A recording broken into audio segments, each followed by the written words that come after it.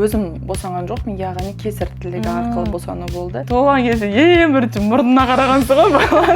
Бала үшін тез жазылу керекпін деп ше, мысалы бірінші орында бала тұр деп біліп тұрғаннан кейін, уже осознанно болғаннан кейін тез аяққа тұрып кетесің.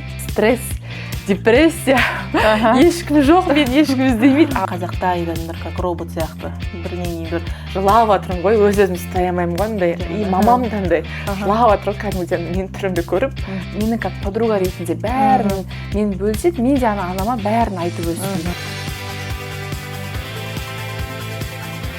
Сәлеметсіздер ме, құрметті аналар. Бүгін сіздермен бірге мама және бала подкастында кездесіп отырғанымызға қуаныштымыз. Бұл жерде біз аналық өмір, бала тәрбиесі, босанғаннан кейінгі өмір және де сонымен қатар қызықты әрі шынайы оқиғалармен бөлісетін боламыз. Ал бүгінгі күнде біздің қонағымыз ерекше жан, Талдықорғанымыздың мықты блогері, сонымен қатар бизнес-леди, қысқаша айтқанда өте пысық жан, Ерке ханым. Қош келдіңіз. Рахмет. Жалпы Ерке ханым, қазіргі таңда сіздің қанша сәбиіңіз бар және де ана болу бұл сіз үшін қандай сезім? Енді ана болу мен үшін өте керемет сезім. Мен ойлаймын, әр қыз баласы ана болу үлкен бақыт әр адамға. Және қазіргі таңда 2 балапаным бар. Қызым Құралай 5 жаста, ұлым Мансұр 2,5 жаста. Бұйыртса 3-ке келеміз. Жалпы алғаш рет ана болған кезде қандай да бір қорқыныш сезім болды ма? Стресстік сезім, қорқыныш. Сондай кездерде жақындарыңыздан көмек сұрауға ұялдыңыз ба? Енді ең бірінші білмейсің ғой, қалай болады, ең бастапқы кез келген әйел адамда ең бірінші роддомға барған кездің өзінде білмей барасың. Алдында не күтіп тұр, қазір не болады сенде? Болады, қорқыныш болды, жылап бармайын деген кездер. Жақындаған кезде қашып, кішкене енді не болса да енді артқа жол жоқ деп болды, ондай да барған кездер болды олай. Болды қорқыныш. Жалпы қандай қызықты сәт болды роддомда? Өзіңіздің естен кетпейтін бір қызықты сәт, немесе сөздер, акушеркаға не айттыңыз дегендей? Ойбай, не айтпадық. Менде өзім босанған жоқпын, яғни кесір тілігі арқылы босану болды. Сол кезде наркоз салады ғой. Сол кезде ұзын андай алып келеді ғой, уколды. Сол кезде ананы алып кетіңдер, көзіме көрсетпеңдер деп айғайлап, сондай болды 1-2 рет. Бірақ сразу өз-өзім жинап алдым. Бәрібірден шыдау керек, бәрібірден қалай болса туу керек деп күтесің ғой, баланы қолыңа ұстаған сәтте айтады ғой, бәрін ұмытасың деп. Сол кезде мен қатты күттім. Сол сөз рас па екен негізінде? Рас екен. Ұмыттыңыз ба? Қанша қиналып, қандай жаңағы қиын болса да, сол моментте баланы кеудеңе қарай береді ғой. Сол сезім бір естен кетпейтін және бүкіл не ғой, қуаныш қой, мысалы сондай бір жеңілік, как будто ондай қиыншылық болмаған сияқты, босану кезіндегі нәрсе болмаған сияқты да, бәрін ұмыт кетесің ғой. Алғашқы баланың түрін көрген кезде қандай ой туындады? Осы момент мен ойлаймын барлығына күлкімді. Мен жолдасымның, короче, мұрнын не да, ондай кішкене пышықтауын екеміз спорт еткенбіз ғой. Мен айтам ғой, не деп, енді қыз бала болды ғой бірінші. Қыз болса, мұрны пышық болмай қойса екен депші. Өзім ойлайтын, жоқ, пышық болады, көресің деп. Сонымен туылған кезде ең бірінші мұрнына қарағансың ғой баланы. Сонымен пышық болып жатыр екен, сол кезде ондай. Сол момент маған қызық болды, кәдімде көріп, жыла жерінде сразу енді өзіңнің балаңды көрген, ондай, мысалы, ішінде жатқан баланы өмірде көрген, ол бір ерекше сезім. Қызықты, иә? Иә, қызық. Жалпы кесір тілігі болды деп отырсыз, ол плановый болды ма сізде, әлде экстренно ма? Жоқ, маған алдын ала ескертті. Басында 7 айында мен УЗИ-ға түскен кезде маған айтты, балада тазовые прилежания, яғни бала баспен емес, бала керісінше аунап келіп тұр деді. Одан кейін сол 7 айынан бастап менде 2 ай уақыт болды баланы неткенге, аударғанға, яғни енді 2 айда біздің істемеген нәрсеміз жоқ, шыны керек. Енді бірінші роды болғаннан кейін кесарево деген негізі өте енді оңай емес қой, енді пышаққа түсесің бәрібір де. Сол үшін де ары ойланып, бері ойланып, мынандай апаларға да бардық. Біз енді айтып тұрмын ғой, бармаған жеріміз жоқ. Неше түрлі ырымдарын істедік. Яғни жаңа өзім енем, жаңа үлкен әпкесі бар, бәрі үйге келді деп, уже 8 айдан кейін толық болмай жатыр, бала ауыспай жатыр. Қолмен де бір апаларға бардық, бүйтіп айналдырайын деп, олай да бала ауыспайды. Сонымен мынандай простинаға салып алды да, мен ырымы бар екен ғой жасайтын. Өйтіп айналдырып, мен дәмін ішіп шар деп, енді салмақ болады ғой кәдімгі адамдар. Сонымен жатырып, олар мен екі жақтан терлік еткен. Бала аударылсын деп айтады екен, сөздері бар екен, бүйтіп проситын жатырмын шарт үшін. Мен сондай ырымында істедік. Одан тағы бір не бар екен, айтады, диваннан төмен упражнениялары бар екен. Бір ай тоқтамай істедім ғой, жерге жатып, бұлай неше түрлі өзінің жаттығулары бар енді. Бірақ ауыспайын деген бала ауыспайды екен. Дұрыс айтасыз. Ауыспай қойды менде. Енді солай Алла жазып тұр, солай бұйырып тұрған ба деп сонымен көндім.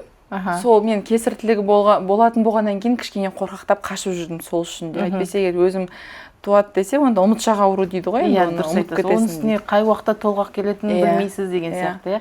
Ал бұл жерде нақты датасын айтты, немесе өзіңіз таңдадыңыз ба туған күні? Жоқ, таңдаған жоқ, маған айтты, жаңа 39 аптасында келе бересің деп ше.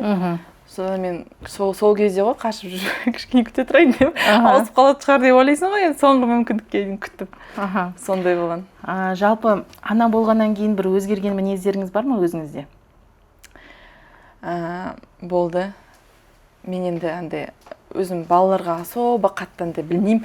Кейбір адамдар болады балаларға қатты, басқа балаларға, басқа балаларға балажан болады ғой. Мен өзім білмеймін, онда басқа балаларға балажан демесе екенмін ше. Жақсы көремін балаларды, бірақ андай деп қатты ете алмайды екенмін. Бірақ өз балаларың болғаннан кейін, андай уже не өзгереді екен. Или мен, может, бұрын ана болмағаннан кейін ба, одан кейін уже махаббат сезім оянып кәдімгідей уже өзгересің дейсіз ғой. Жалпы Инстаграмда белсендісіз, қарап отырамыз, өте пысық келінсіз. Үйді де жинайсыз, тамақты да өзіңіз жасайды екенсіз, балаға да өзіңіз қарайсыз, жалпы сонымен қатар бизнесті алып жүресіз, блогты жүргізесіз, бір жағынан анасыз, келінсіз, ата-енемен тұрасыз ғой, бұның барлығын бірге алып жүруге сізге қиын емес па? Негізі енді шынына келгенде арасында болады қиын сәттер, үлгере алмай кетесің, балаң мына жақта жылап жатады, жұмысың мына жақта, телефонмен, командамен жақта мысалы заказдар түсіп жатады, андай болады сондай моменттар. Бірақ енді ойлаймын, қазір біз жаспыз ғой, қазір істемегенде қашан істейміз деп ше, мысалы өзім ойлаймын. И андай болады, кейбір кезде бір қош болды деп нетемін, потом қайтадан өзім андай тынымсызбын да, мен бір орында отыра алмаймын, білмеймін, табиғатым сондай ма. Сонымен арасында болады, бірақ сонда да қоймаймын мен де өзімше. Ана істеп кетем, мынаны істеп кетем. Андай балаларға да үлгеруге тырысам, үйге де үлгеруге тырысам. Ойлаймын, может, басты ниеттенсем, Алла тағала маған көмектеседі деп өзім ойлаймын ше, андай жұмысым жүріп жатады, Аллаға шүкір, бір-бірімен келіп жатады. Жалпы пысық әйелмін дейсіз ғой. Кей кездерде қатты шаршаған кезіңізде қандай демалыс жасайсыз өзіңізге? Және де сонымен қатар жаңадан босанған қыздарға қандай кеңес айтар едіңіз? Енді қатты шаршаған кезде, білесің ғой, өзің шаршап тұрған сол кезде тырысам, неге? Баняға айтып қалған арасында болады. Неге барып, баня айта берейін, баняға барып, бір сағаттық массаж алып күшті болып қаламын, кәдімде энергиям одан сайын енді ойлаймын, көп әйелдердің дұрыс істейтін сияқты негізі. Енді 1-2 сағат өзіңе арнасаң, ары қарай уже энергияға толып келесің де, и уже ары қарай уже жасай бересің ғой жұмысыңды. Жалпы балаларыңызды солайынан енеңізге қалдырып кетесіз ба? Негізі көбіне олар садиктай кезде қазір баруға тұрсам, бұрындары үйдегілерге қалдырып кететін.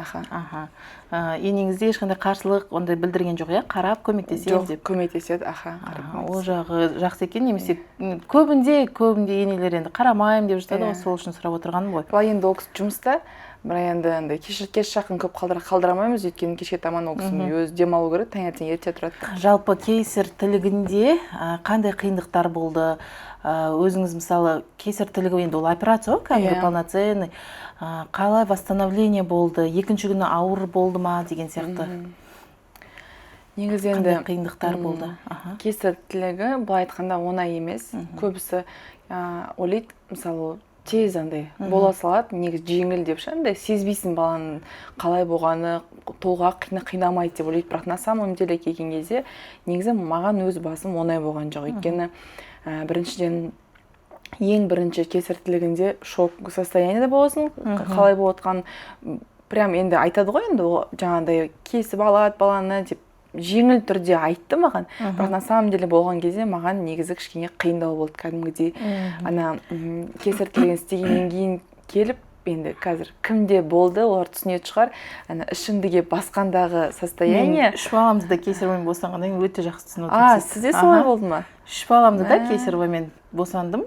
Жаңағы ішті басу, екінші күн жаңағы наркоз кеткеннен кейінгі сезім, сол себептен сізден сұрап отырғаным. Содан кейін де, оны түсініп тұрсыз ғой? Өте жақсы түсініп тұрмын. Жаңағыдай ішті басып, одан кейін 8 сағаттан кейін міндетті түрде тұрғызады ғой, себебі спайка болып қалмау үшін тұрыңдар деп айғайлайды, кеп тұрыңдар деп. Сол кезде ең біріншісінде андай тұрамаймын ғой, аяғымды ұстап тұрамаймын. Сосын кеп бүйтіп қолынан көтеріп тұрғызған кезде бірінші басым айналып құлаймын ғой. Мен ең бірінші құлағанымды әлі есімнен келмейді сол кезде. Ана резкамен тұрғызған кезде қап-қара болып кетті көз алдымның бәрі. Бір рет құладым. Сосын уже есім жиын тұр деп. Андай болады кезінде бала үшін тез жазылу керекпін деп ше. Мысалы бірінші орында бала тұрды, енді ол саған қарап отыр, кішкентай мысалы. Андайда уже балаға бола мен андай өзімді ұмыт кетесің, қойды қалай ауырып жатса бүкіл ойың тез тұрып жүріп кету аяғыңнан. Бірінші, екінші неткен кездері, күндері қатты қиын болады. Сол кезді ұмытпаймын, который именно жаңағыдай после кесарево болған кезді ұмытпаймын. Қатты сол кезде маған ауыр болды негізі. Жалпы айтып жатады ғой, кесарьмен босанған әйелдер бұл жеңіл босанды, сіздер мама емессіздер деген сөздер естіп педіңіз жалпы? Дым келіспеймін ол сөздерге. Мен де дым келіспеймін, негізі шын. Өзің босанған тез сияқты, иә? Ана босанғаннан кейін коридорға шығып, ана өтеді ғой бір күн, сол кезде кесар тілінде бәрі бүйтіп ана зомбилар сияқты жүрген кезде өздері босанғанда фук етіп өтіп кетеді ғой қасына. Вот сол кезде қара қаласың ғой, жүре алмайсың ғой бүйтіп келеді ғой. Аналар спокойно жүреді. Олар уже 1-2 сағаттан естерін жиып алады. Енді ол да әрине оңай емес дейді ғой, толғақ та ашты болады. Енді ол да енді әйелдің бір қырық жаны бар деп расымен ол да оңай емес шығар, бірақ ол ұмытшақ ауру деп ойлаймын мен өзім енді. Ал енді екінші балада мүлде андай ғой, білесің да сен не күтіп тұрған, алдында қазір қалай болады, уже бүкіл процесс көзіңе елестетесің ғой, андай қорқасың уже ше. Бәрі уже осознанно көрдің, қалай болады процесс, бәрін білесің, енді барғың келмей, бірақ енді бару керек. Екіншісінде өзіңіз босануға рұқсат бермеді ма? Негізі мен ойладым, өзім босансам деген ой болды. Бастапқыда ойлап жүрдім, осы болып қалады. Негізі арасында мен кішкене балалардың арасы жақын болып қалды. Қызым 1,5 жасында мен көтеріп қалдым. И мен уже 2,5 жасында, 2 жас 4 айында енді арасы енді азақ болып қалды да. Негізі болмайды, білесіз ғой, 3 жылдай болу керек. Бірақ сонда да опытный акушер болса босандыра алады деп айтты. Сонымен менде надежда болды, мүмкін босанып қалармын деп. Өйткені шоуын бәрін тексеріп нормально болса, онда болады деді. Бірақ соңғы УЗИ-ға келген кезде баланың суы аз деді, маловойде болды. И сол үшін кішкене опасно деді, су аз болғаннан кейін негізі жібермейді екен, олай болмайды деді. Допуск жоқ деді, опять кесарево деді ғой.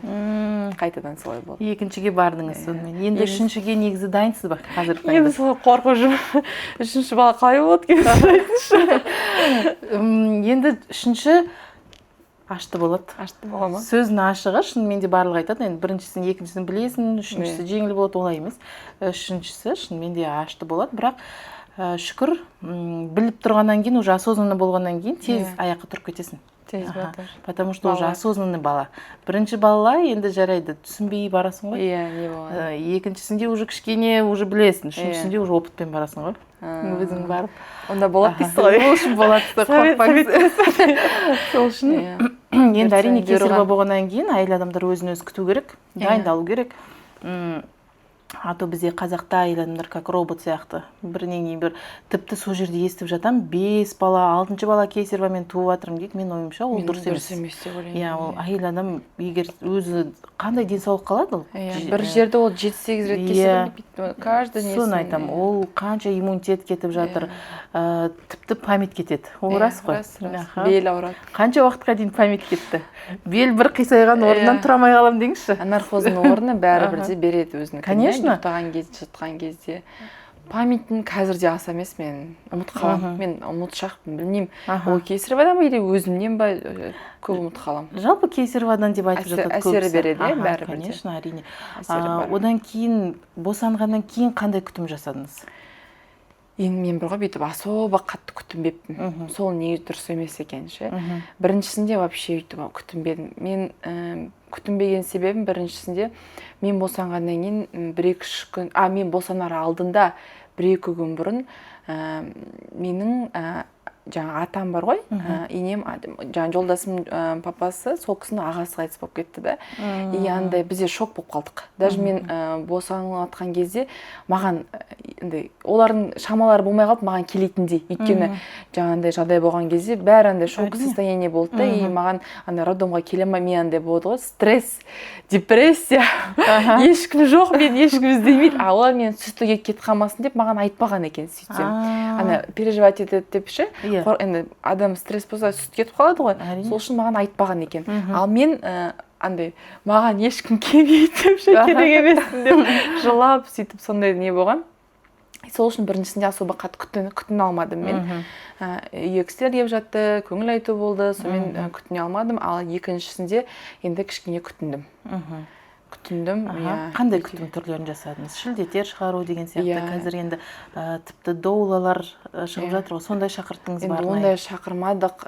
Үйде енем көмектесті. Екінші анам сол кісі бала қарасып, жаңағыдай тіпті роды кезінде менде біріншісінде карантинда босандым ғой, ешкім кіргізбеді. Екіншісінде сол кісі мен қасымда болды.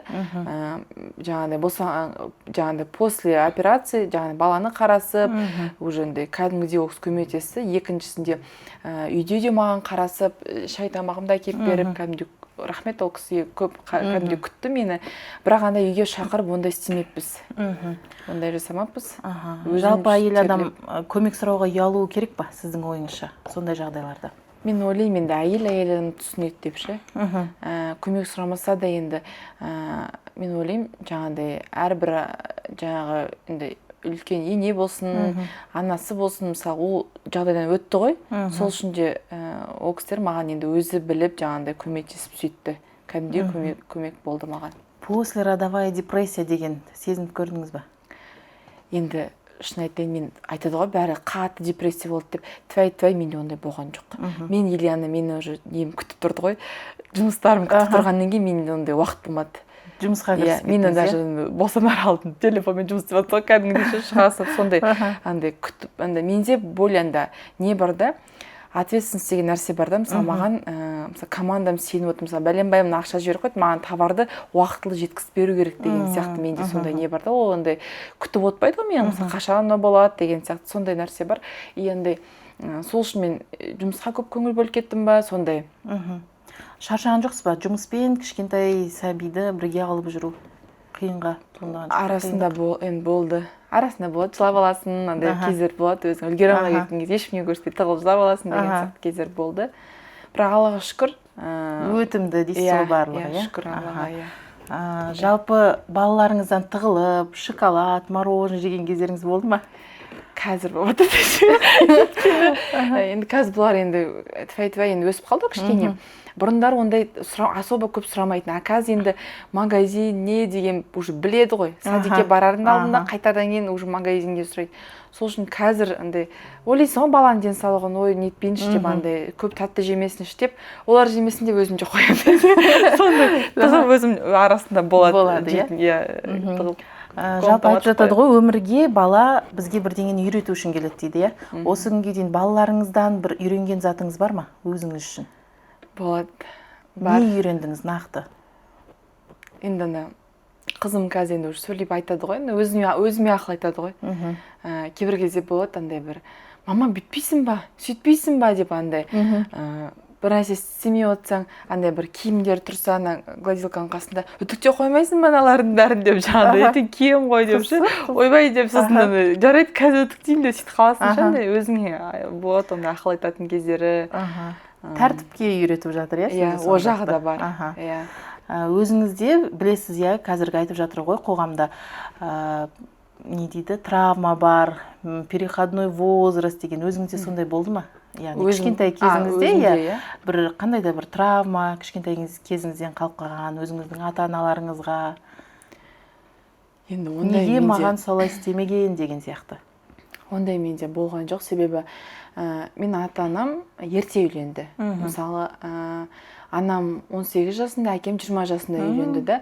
И мен үйдің үлкені болғаннан кейін, олармен менің ара қатынасым, мысалы, анам андай да, менің как подруга ретінде бәрін мен бөлсет, мен де анама бәрін айтып өстім. Мысалы, ортамыздан бір, даже үйде олар бір нәрсе істейтін болса, менімен ақылдасып, білмеймін, баяғыдан сонда бізде үйде не болды ше, андай ақылдасып, менімен сөйлесіп, мен де оларға бүкіл секретімді айтып, мен мысалы анаммен өте арамызда тығыз жаңағыдай. Вообще менде секрет болмайтын. Даже андай болады ғой, үйленбей тұрып, мысалы, анама мысалы, қазір жолдасымды айтып, андай сөйлестім ба, айта салам сондай жаңағыдай. И анам мен андай әкем ондай қатты қысып ұстаған жоқ, наоборот жаңағыдай білсін, көрсін, үйренсін деп сөйтті. Негізі көп жағдайда ол кісілермен ара қатынасымыз кәдімгідей не болды. Детский травма деген ондай болған жоқ. Или мен ол кісілерді андай енді кішкентай кезімізде әкем мен анам жаңағыдай жұмыста болған кезде енді қиыншылық кез ғой, көмектесетін ешкім жоқ, жаңағыдай сондай кездер болды да. Енді или мен қалай ол кісі қиналғандарын көргеннен кейін ба, андай менде ол кісілерге вообще мүлде реніш жоқ. Мысалы, андай кейбір кезде болады, мамам айтады ғой, ары бері жүрген кезде бұрындары, мысалы, сен жолда маған алып берші деп сұрайтынсың дейді, бір нәрсе. Ол кезде мысалы ақшамыз жоқ, қалай алып береміз деп андай болды дейді сондай кездер. И киімдер мен кішкене өскеннен кейін мамам маған киім алып бере береді. Ана мысалы базарға барсақ өзіне емес, маған алып бере береді да. Сол кезде айтатын, бұрын алып бере алмағанды қазір мен неткім келеді деп ше, мысалы кішкентай кезіндегіні деп. Сол үшін мүлде ол кісілерге реніш жоқ. Керісінше біздің осы күнімізге, осындай қалыпқа жеткенімізге, сол ата-анамыздың арқасы деп білем. Қазір кейбір адамдар анама ренжулімін, әкемен түсінбеймін ондай адамдарды. Ол мысалы бақты, қақты, өсірді. Қалай ол кісілерге ренжуге болады, енді білмеймін. Қазіргі таңда менде травма алып қалдым деп жатады ғой, сол себептен. Ал енді анаңызға қандай алғыс айтар едіңіз? Енді өзіңіз қазіргі таңда ана болып отырсыз ғой, айтады ғой, анаңның жанын өзің ана болған кезде түсінесің дейді. Сол қандай рахмет айтасыз анаңызға, қандай сезім өзіңізге келді жаңадан босанған кезде? Анаңызды ойладыңыз ба? Иә, мен сразу жылағым келіп кетті ғой. Босанған кезде ең бірінші мамам видеомен звондайды ғой, сол кезде жылап жатырмын ғой, өз-өзімді ұстай алмаймын ғой, андай. И мамам да андай жылап жатыр ғой, кәдімгідей менің түрімді көріп. Сол кездер есіме түсіп кетті ғой. И қатты жылап, сол видеомен екеуміз сөйлестік. Сол кезде прям мамаға айттым, мама қалай енді осылай біз 3 баламыз ғой енді. Рахмет сізге деп сол кезде айтқам қатты. И әлі күнге дейін де айтам, конечно, өйткені ол кісілердің олар болмаса біз бұндай тәрбие алмас едік. Өздері ішпей, жемей, мысалы бізге үйретті, жақсы жерде оқысын деді. Сол үшін анама да, әкеме де алғысым шексіз. Сізбен кішігірім бір ойын ойнайық. Жылдам ойын деп аталынады. Мен сізге қазір жылдам сұрақтар қоям, сол жерге ойланбастан бір жауап берсеңіз, жақсы ма? Ұйқы ма әлде кофе ма? Ойланбаймыз. Ұйқы. Бір бала ма әлде 5 бала ма? Ойбай, бір бала аз ғой енді. Онда 5-еу. Бірақ кесір ғой. Енді қалай болады екен? Тикток па, Инстаграм ба? Инстаграм. Отырмаймын тиктокта мен. Үй жинау ма, әлде ұйықтау ма? Енді ойланбай. Мен бірақ енді ұйқым келсе де үй жинап кетем. Негізі сөйтем. Үй жинау таңдайсыз, иә сонда? Так, балаларға коляска ма, әлде кенгуру ма? Қайсың ыңғайлы деп ойлайсыз? Коляска. Коляска, иә. Түнгі жөргек ауыстыру ма, әлде тамақ дайындау ма? Қайсы сізге жеңілірек? Тамақ дайындау. Бала қарайсыз ба, әлде үй жинаған жақсы ма? Негізі бала қараған жақсы. Бала ұйықтағанда ұйықтайсыз ба, сериал көресіз ба, телефон қарайсыз ба? Сериал көрем. Мен негізі турецкий сериалдар жақсы көрем. И андай ұйықтаған кезде банда бір 7 сағаттарында ке қоям да өзімше көріп отырам. Сондай бар енді. Жақсы. Қазіргі тренд болып отқан сұрақтардың бірін қояйын. Енді сіздің ұлыңыз бар ғой, иә? Болашақта келініңіз болса, торттың бірінші кусогын келін жей ме, әлде өзіңіз ба? Келін жей берсін, қазір баса торт жеп отырмын. Сөйтіп айтып отыр ғой бәрі қазір. Келінмен тұрыңыз келе ме, жалпы болашақта? Білмеймін, особо ондай емес. Бөлек тұрғыңыз келе ме, жеке? Жақсы, может, енді көреміз ғой, қазір айтып отырмыз ғой, кейін қалай екен, бірақ енді білмеймін, бөлек тұрғанда дұрыс деп ойлаймын. Енді ұлыңыз болашақта сізге гүлді беру керек па, әлде бірінші әйеліне сыйлау керек па? Бере берсін әйеліне. Менде ондай дым не жоқ, шын айтамын. Қажет емес, иә? Қызғанбайсыз? Енді әйелі ғой, енді біз енді өмір бақи бізге беретін шығар, енді үйленгенге дейін, одан кейін бере берсін әйеліне. Жақсы. Жалпы өзіңіздің кішкентай кезіңізге айналып келген кезде өзіңізге не айтар едіңіз? Жалпы сол кезде неге әттең істемедім дегендей бір өкініштер бар ма? Кішкентай кезімде ма? Білмеймін даже. Не айтам? Жалпы кішкентай кезіңізде мүмкін бір анаңызға қатты сөйлеп қойып, неге сөйттім екен, немесе бір қашып. Енді болған шығар, андай болады ғой, бала болғаннан кейін білмейсің, мүмкін ондай кездері. Қатты сөйлеп қойған кездеріңіз болған шығар. Может, иә, сол кез. Жалпы енді қазіргі подростықтарға қандай кеңес айтасыз? Подростықтарға жаңа ата-анаға байланысты ма? Ата-анаға байланысты, себебі ана сезімін тек аналар ғана түсінеді. Жас қыз кезде, бала кезімізде біз түсінбейміз ананың орнын. Сол кездерде көп қателіктер жасап қоямыз, шынымен де анамызға қатты сөйлеп қоятын кездер болады. Хабарласып жатқан кезде телефонды алмай қоямыз да, ойнап кетеміз, сондай жағдайларда. Мысалы, жас қыздарға қандай кеңес айтар едіңіз? Негізі айтам, мысалы, әр кездің бір өзінің бір қызықты кездері бар ғой, тұрмысқа шықпай тұрып, сен ата-ананың қасындасың мысалы. Ал тұрмысқа шыққан соң, сен сол күндерді сағынасың негізі.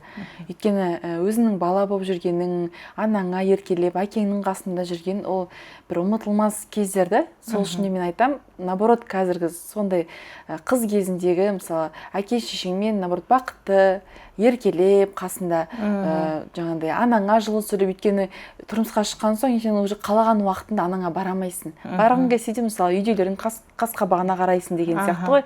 Сол үшін қазір кезде, сол бар кезде бағалап, сыйлап, ата-ананы әрдайым құрметтеген дұрыс деп ойлаймын. Сондай кеңес беремін.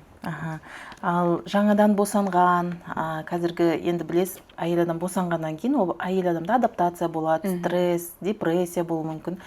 Сондай қыз келіншектерге қандай кеңес айтар едіңіз? Жалпы ол депрессияға қалай түспеуге болады деп ойлайсыз? Енді депрессияға түспеу үшін адам бір нәрсемен алдану керек негізі.